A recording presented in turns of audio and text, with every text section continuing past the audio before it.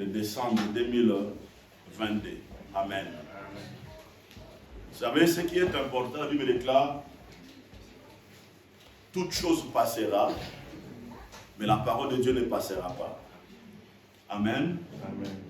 La parole de Dieu n'est pas seulement la Bible. Mais la parole de Dieu, c'est ce que Dieu aussi a dit sur toi. Amen.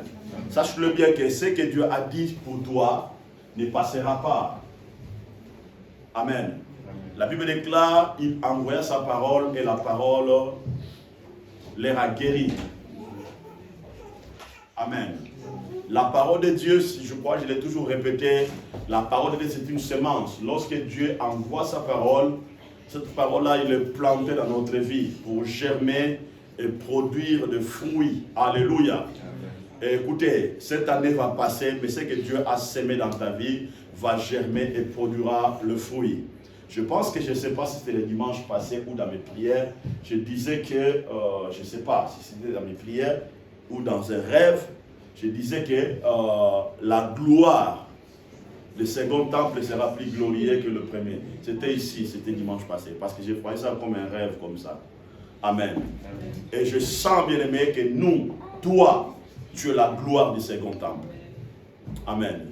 Tu es la gloire du second temple.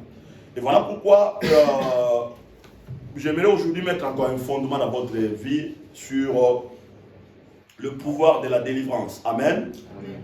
Nous allons lire Actes des Apôtres chapitre 1. Actes des Apôtres chapitre 12, verset 12. Actes des Apôtres chapitre 12, verset 12. Mais nous allons continuer jusqu'au verset 17. Actes des Apôtres 12 jusqu'au verset 17. Amen. Je vais lire la parole du Seigneur. Je vais lire après que José aussi va lire sa version là. Amen. Après avoir réfléchi,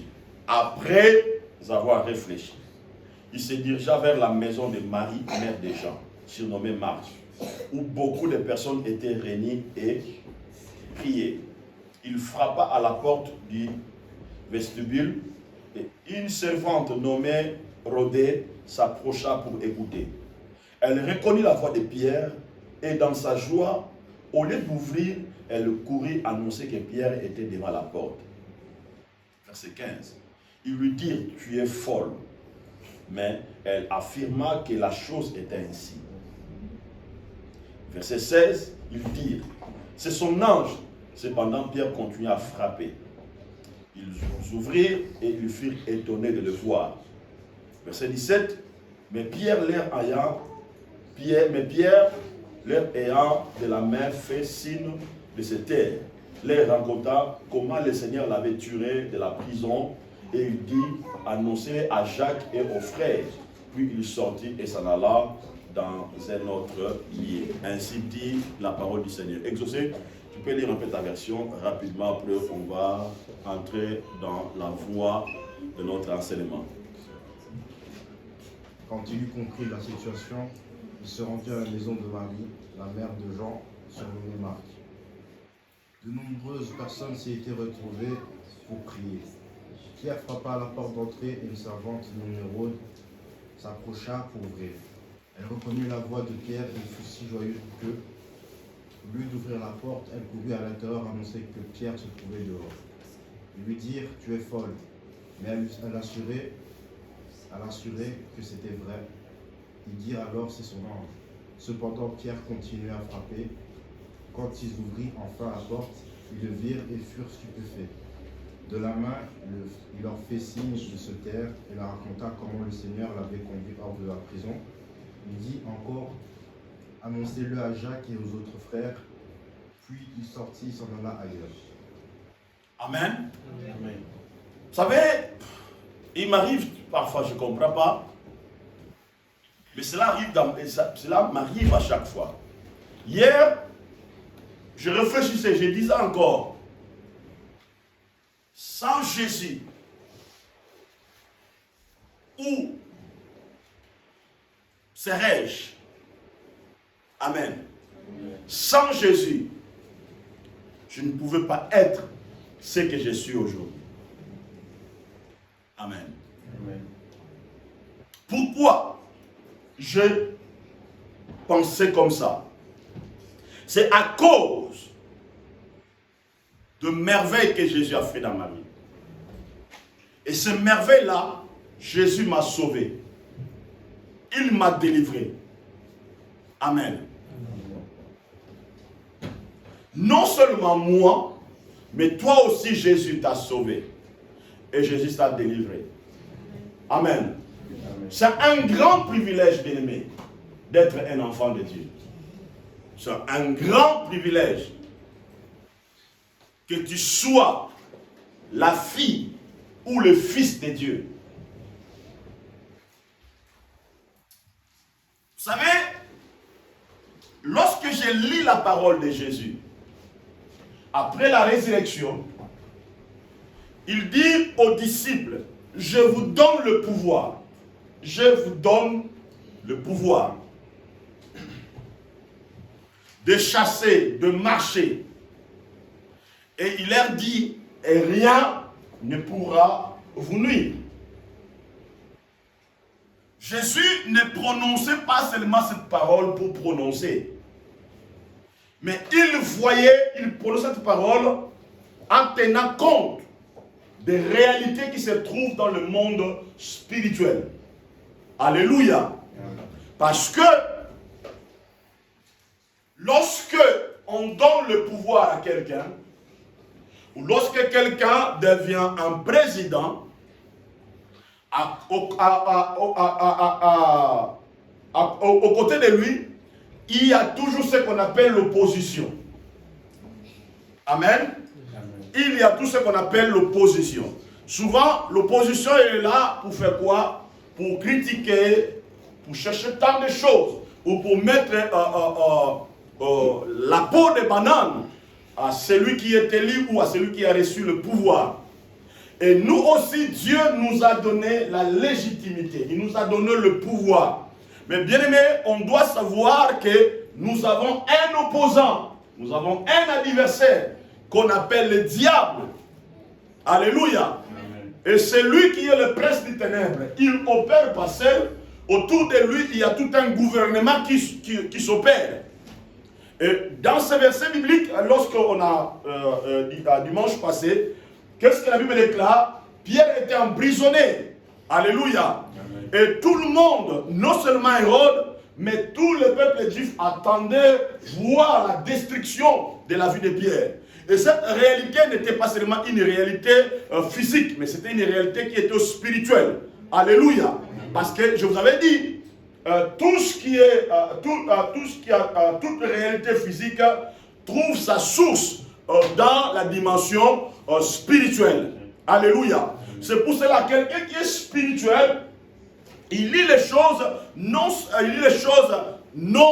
pas dans les yeux physiques, mais il lit les choses dans les yeux spirituels.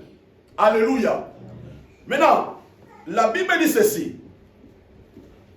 Dieu, lorsque l'Église priait, Dieu avait envoyé son ange. Je ne voulais plus revenir sur ce que j'avais déjà enseigné parce que vous avez des vidéos.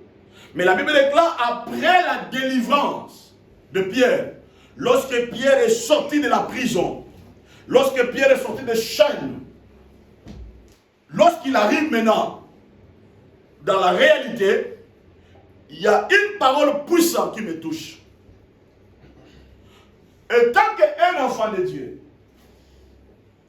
si tu n'arrives pas à faire comme Pierre, bien aimé, ça sera difficile pour toi de percer dans le monde spirituel et dans le monde physique.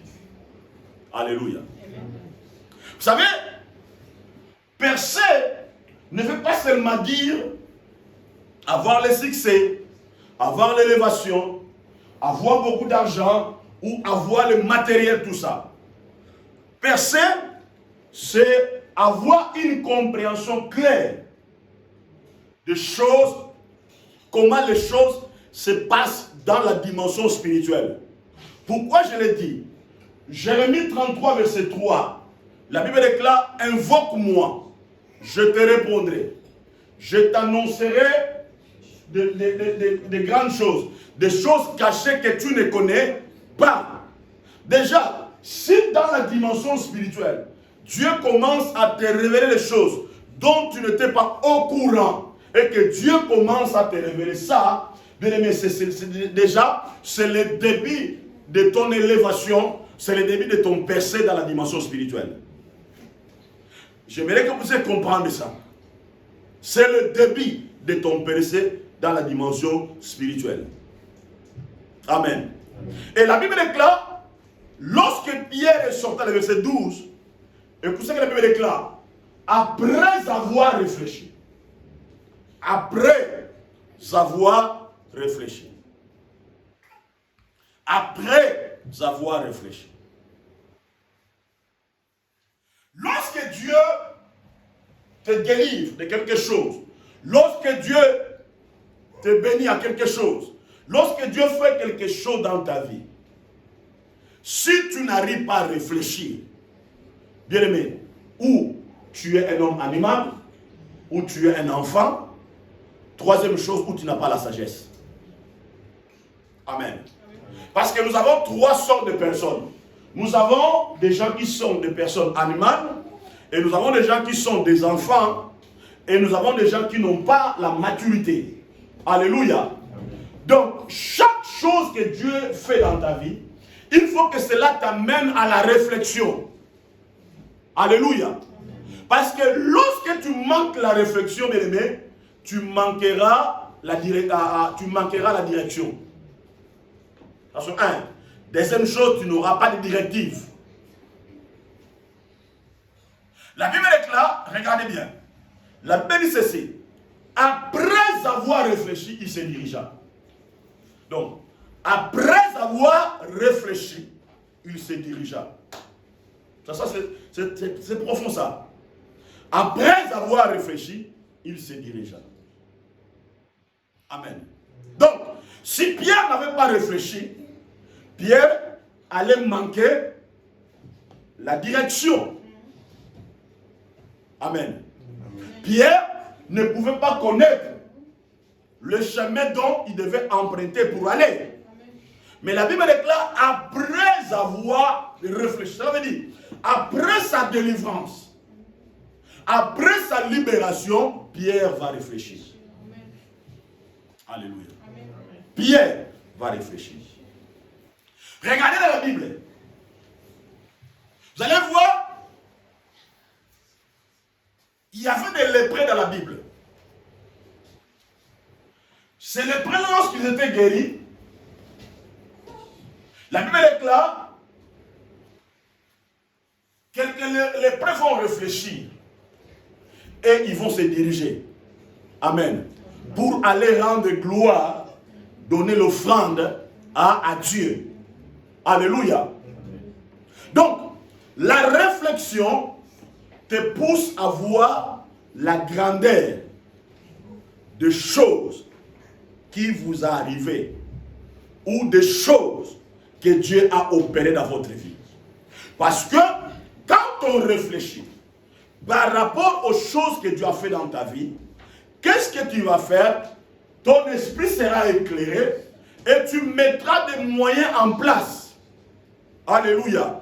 Tu mettras des moyens en place par rapport au miracle, par rapport au salut, par rapport à la dimension que Dieu vient opérer dans ta vie. La Bible déclare, après avoir réfléchi, il se dirigea. Après avoir réfléchi, il se dirigea. Il se dirigea où? Il se dirigea dans la maison, là où les disciples, là où les chrétiens, là où l'église était en connexion avec les ciels. Vous comprenez? Là où l'église était en connexion avec le ciel. Parce que n'oubliez pas, l'église priait, l'église était en connexion avec le ciel et Dieu a envoyé l'ange. Maintenant, lorsque Pierre est délivré, Pierre a fait quoi? Il a réfléchi et il se dirigea là où il y avait la connexion de l'église avec le ciel. Parce que c'est là-bas qui était la source, qui a activé, qui a déclenché le salut, le miracle de sa délivrance. Vous comprenez? C'est très important, bien aimé, que nous puissions comprendre ça. Après avoir réfléchi, il se dirigea. Donc, je verrai que à partir d'aujourd'hui, il nous reste je crois qu'une semaine pour que nous puissions entrer 2023. Mais j'aimerais que 2023 soit pour nous une année de la réflexion. Une année de la réflexion. Parce que la réflexion active l'intelligence. La réflexion active la sagesse. La réflexion active la lumière. Parce que tu ne peux jamais faire quelque chose sans réflexion. Écoutez, nous étions tous dans l'école.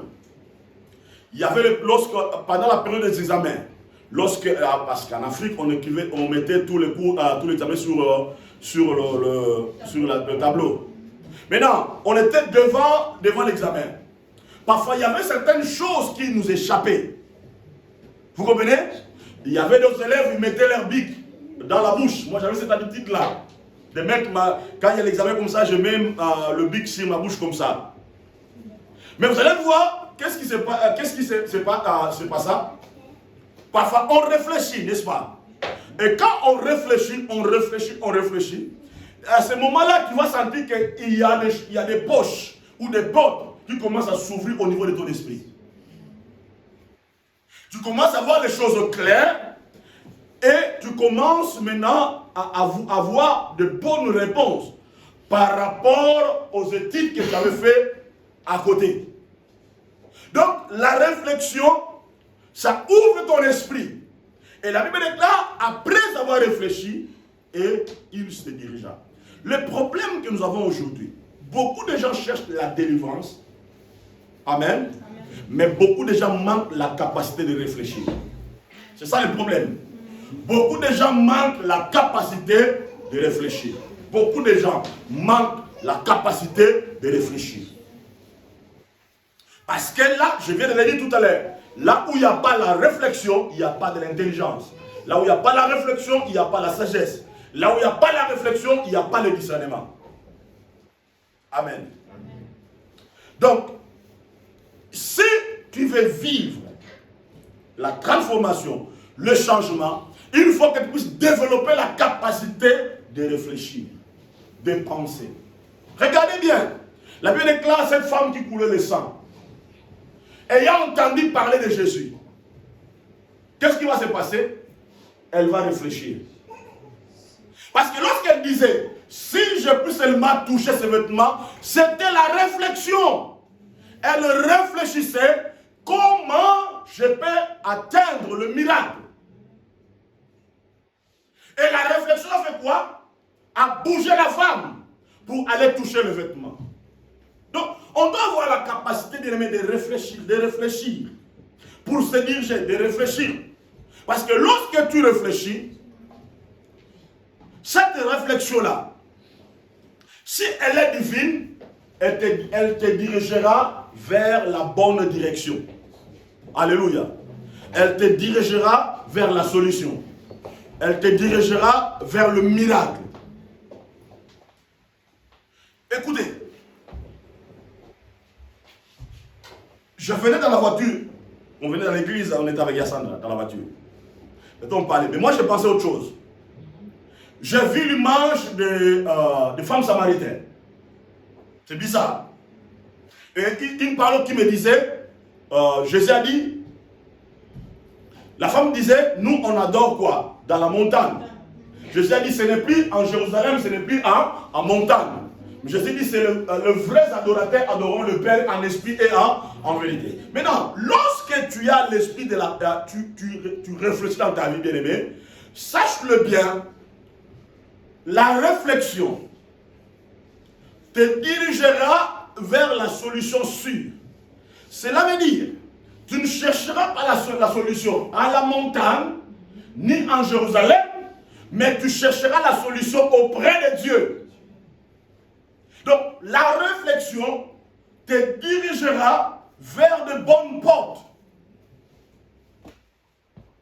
Donc, la Bible nous révèle quelque chose ici de très puissant. La Bible déclare, Pierre, après la délivrance, après avoir réfléchi, il se dirigea. Après avoir réfléchi, il se dirigea. Amen. Amen. Première chose, on voit quoi? On voit la réaction de Pierre. Quelqu'un qui réfléchit, cette personne-là, il active la réaction positive. Amen. Il active la réaction positive. La réaction positive. Parce que chaque personne qui réfléchit, il active la réaction. Amen. La réaction. Il se dirigea, la réaction. Amen. Donc il faut que le monde spirituel, bien aimé, sent en toi la réaction divine. Amen.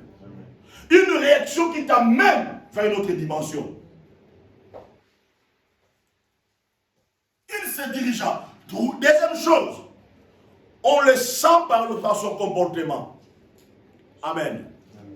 Il bougea, il se dirigea. Troisième chose, c'est par son attitude. Parce que réfléchir vous donne le pouvoir de discerner les choses. Réfléchir vous donne le pouvoir de discerner les choses. De discerner les choses. De discerner les choses. Regardez. Après avoir réfléchi, il se dirigea vers la maison de Marie, mère de Jean, surnommé Marc, où beaucoup de personnes étaient réunies et priaient. Où beaucoup de personnes étaient réunies et priaient. C'est dans cet endroit-là que Pierre va aller se connecter. C'est dans cet environnement-là puissant et divin que Pierre va aller. C'est ça une bonne manière de réfléchir. Bien, mais lorsqu'on réfléchit bien, il y aura un mouvement dans la dimension spirituelle et physique qui te dirigera vers la bonne porte, vers le bon endroit. Parce que la délivrance, elle est sécurisée par un bon environnement. La délivrance, elle est sécurisée par un bon environnement. Là où il y a l'atmosphère de gloire, là où il y a cette gloire de Dieu, Dieu, mais sache-le bien que ta délivrance est sécurisée. Écoutez, la délivrance, un bon environnement ne veut pas seulement dire dans l'endroit où il y a 20 choristes, ils ont mis des toges, où il y a, je sais pas, non, c'est pas ça, bien aimé. La Bible dit ceci, là où 2 ou 3 sont réunis en mon nom et créent un environnement divin, bien aimé, cet endroit-là devient le lieu de la sécurité pour toi. Parce qu'aujourd'hui, les gens cherchent les choses qui frappent les yeux. Amen. Amen. Cherchent les choses qui frappent les yeux. Alléluia. Amen. Dans cette saison, Dieu a besoin des chrétiens qui réfléchissent. Dieu a besoin des enfants de Dieu qui réfléchissent. Dieu a besoin de ces personnes-là. Amen. Dieu a besoin de ces personnes-là. Bien aimé, parfois je parle avec des gens, tu comprends vraiment que cette personne, il est irréfléchi. Amen. Tu comprends vraiment que non, il te parle des choses qui n'encadrent même pas. Il te dit des choses là, tu dis mais c'est comme s'il commence même à t'ennuyer. Amen.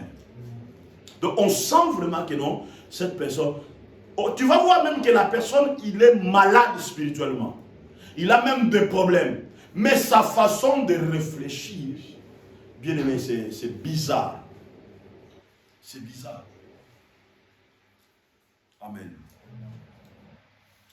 Comme il y avait quelqu'un que j'ai rencontré, tu vas remarquer que spirituellement, il a des problèmes. Mais il te donne des justifications. Il dit, moi, quand j'ai pris, Dieu m'écoute. Tu dis, quel Dieu qui te va t'écouter? Tu as beaucoup de problèmes. Je sens que le ciel est fermé pour toi. Donc, tu veux lui apporter des solutions, mais tellement qu'il est irréfléchi, il tape à côté. Donc, son esprit est incapable de se diriger vers la bonne direction pour saisir les opportunités. Ça, c'est très important. Parce que la Bible est là, Pierre, après avoir réfléchi, il se dirigea. Cette manière de se diriger n'était pas seulement un mouvement physique, mais c'est aussi un mouvement spirituel. Vous comprenez?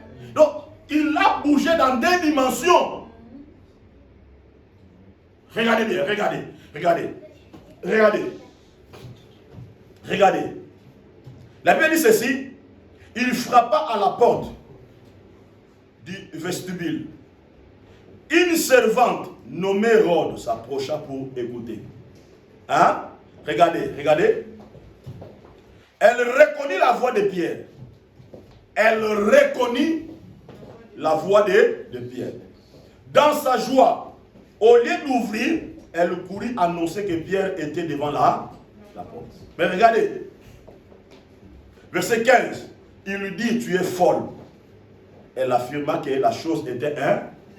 Donc, même l'église qui priait pour la défense de Pierre, lorsque Pierre arrive devant la porte et il frappe, l'église était même dépassée. L'église a dit ça, c'est impossible. Ils ont traité la sœur Rhode comme une folle. Vous comprenez? Parce qu'elle a annoncé quelque chose que l'église dit, c'est quoi ça? Nous, on prié pour sa délivrance ici. C'était l'église qui priait pour sa délivrance, n'est-ce pas? Mais Dieu a envoyé l'ange, Pierre est délivré, Pierre arrive, il frappe, la sœur Rhode, elle annonce que Pierre, vous comprenez? Et on traite de la sœur Rhode à une folle. Vous comprenez? On la traite de folle. Mais quoi? C'est Pierre qui est là. C'est Pierre qui est là. Et même dépassé par les événements. Amen. Amen. Dépassé par les événements. Mais regardez, je ne voulais pas être évangélique trop, je voulais pas être évangélique sur ça. Amen. Amen. Mais j'aimerais rester apostolique. Regardez. Verset 16, il dit, c'est son ange. Il dit, c'est son ange. Amen. Là, il y a une autre dimension qui vient de s'ouvrir. Il dit, non, ce n'est pas Pierre, c'est son ange qui est venu. Bon, si c'est son ange, elle va même mourir. Hein? Ok. Si c'est son ange quand même, ne traitez pas ces Rhodes, hein, des folles. Allez quand même ouvrir parce que vous avez dit, ok, c'est son ange. Allez quand même ouvrir. Il dit, c'est son ange. Regardez. Il dit, c'est son ange. Et c'est là où j'ai compris que chacun de nous a son ange. L'ange que Dieu, ton ange, a la même voix que toi. Ton ange a le même physique que toi. Ton ange a le même physique que toi. Chacun de nous a son ange. Quel est le rôle de cet ange-là? C'est de prendre le devant. Quand toi tu dors, ton ange veille sur toi. Quand toi tu sors, tu pars au travail, ton ange veille sur toi. Donc il est toujours avec toi. Il marche toujours avec toi. Partout dont tu entres, ton ange est là. Maintenant, l'église, on dit, c'est son ange. Le monde spirituel voit ton ange. Donc, le monde spirituel voit ton ange. Il y a un ange que Dieu met à côté de toi. Alléluia. Mais tu peux atteindre cette dimension-là si tu développes la capacité de réfléchir. Amen. La capacité de réfléchir, de penser, de réfléchir, de penser. Bien aimé, c'est pour cela, cette dimension doit être pour nous tous, de réfléchir, de réfléchir, de réfléchir, de réfléchir. Parce que la manière dont tu réfléchis, bien aimé, ça t'aidera de trouver des clés susceptibles de te donner la solution à tout problème. Quand tu arrives dans ces dimensions, sache-le bien, rien ne vous sera impossible. Ouais. Rien ne vous sera impossible. Rien, bien aimé. Rien ne vous sera impossible. Rien ne vous sera impossible.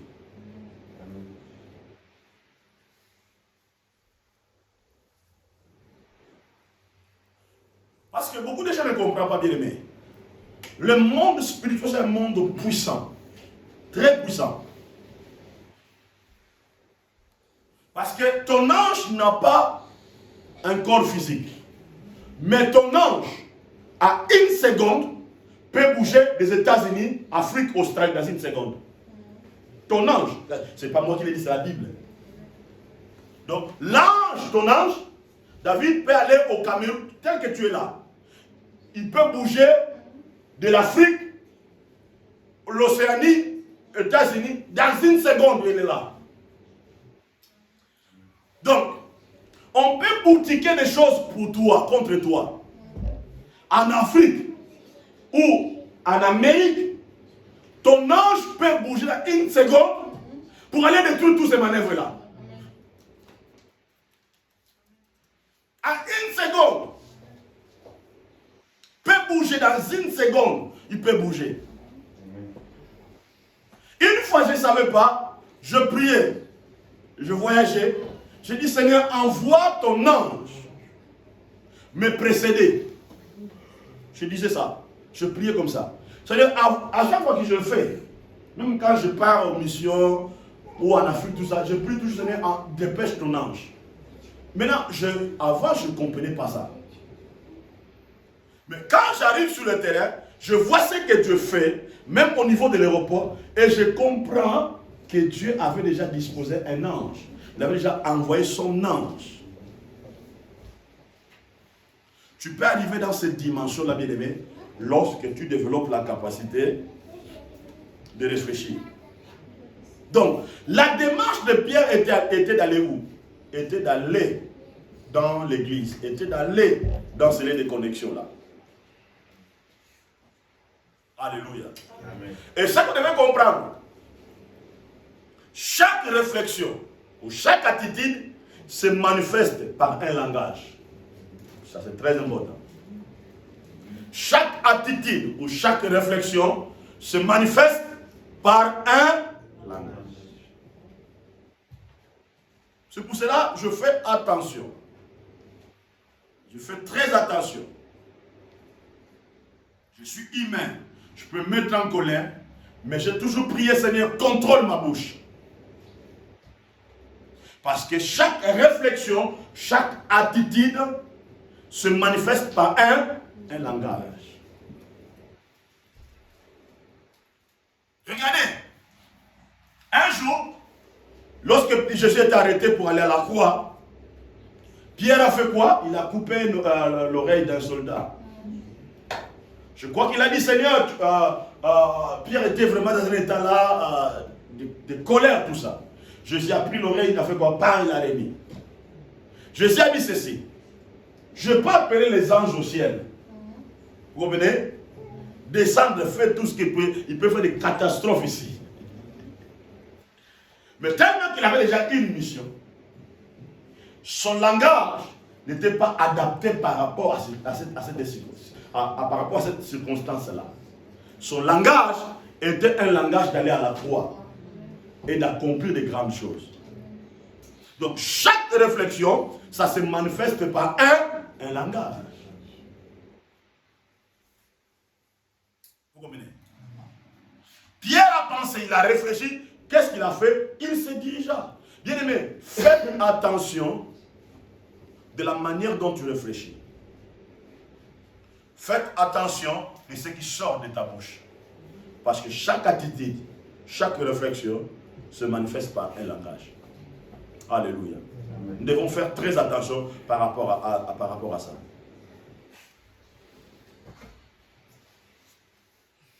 On voit quoi, Pierre? On voit que Pierre avait développé, il avait pris en considération ce que Dieu avait accompli dans sa vie. Et une idée divine était apparue dans son esprit pour aller là où le frère et les sœurs se trouvaient. C'est là-bas que Pierre était allé se connecter. C'est là-bas que Pierre était allé se connecter. Regardez le verset 17 pour terminer.